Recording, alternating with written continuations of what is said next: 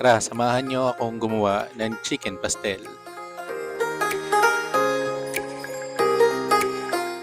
Prep lang natin yung mga kailangang ingredients. Sibuyas, bawang, bell pepper, chorizo de belbao, hot dogs, all-purpose cream, tapos yung mushrooms.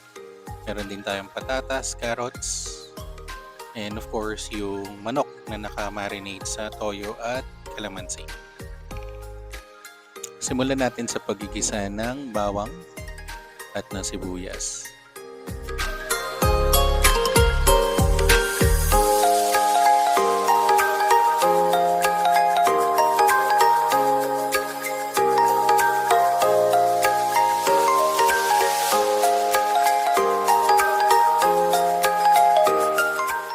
Pag medyo malambot na ang sibuyas at bawang, ilagay na ang chorizo de belbao. Isama na rin sa gisa. Pagka okay na yung chorizo de belbao, isama na natin ang manok na nakamarinate sa toyo at calamansi. Isama nyo rin yung marinate para mas masarap. Halu-haluin lang natin ang manok.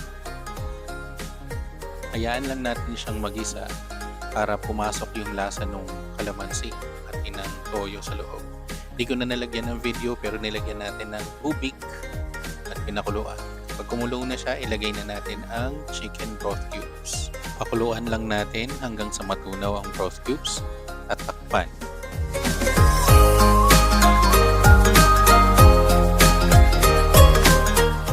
Kapag kumukulo na, ilagay na ang hot dogs at halu-haluin.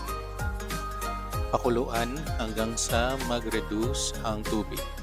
Pagka nag-reduce na ang tubig, ilagay na natin ang carrots at patatas at halu-haluin din.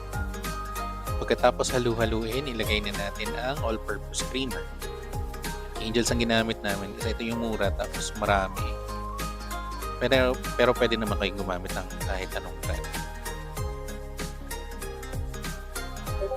Pagkatapos haluin, takpan hanggang sa kumulo. Kapag kumukulo na, haluin nyo lang ulit para hindi masunog yung ilalim. Tendency kasi na masunog yung ilalim at ilagay na natin ang mushrooms.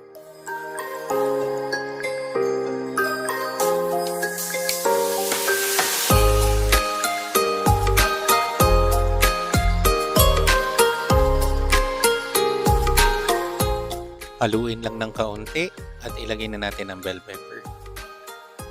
Pagkatapos nyo ilagay ang bell pepper, haluin lang at pakuluan in about 1 to 2 minutes. At tapos na. Luto na ang inyong chicken pastel. Ayan. Sumandok na kayo ng para sa lunch ninyo o pang dinner. Napakasarap ng creamy chicken pastel.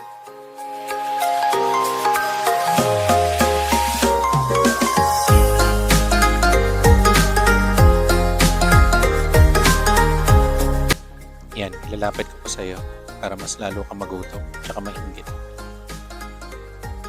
Tapos papaikutan pa natin siya. Tara, kain!